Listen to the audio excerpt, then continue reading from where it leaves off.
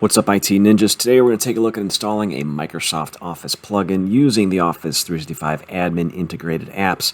But before we dive in, hit the like and subscribe button if you have not done so yet. Just takes a second, it really helps out the channel. If you're trying to get a plugin deployed to your Office 365 apps, the vendor should be able to give you specific instructions or have some referencing information. In this particular case, we'll be installing a third-party Excel plugin for bubblegum using the upload method with a manifest XML link. So let's get started.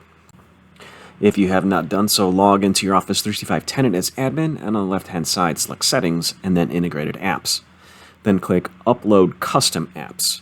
Under App Type, change to Office Add-in. Under How to Upload App, select the Provide Link to Manifest file, and then paste in the vendor-provided link. We'll do that now and press Validate. Once you see Manifest is validated, click Next. On the Add Users page, you can add yourself, create a security group, or apply to all users. We'll select all users and click Next. Click Next to accept the permissions and press Finish Deployment. You should see the deployment completed status.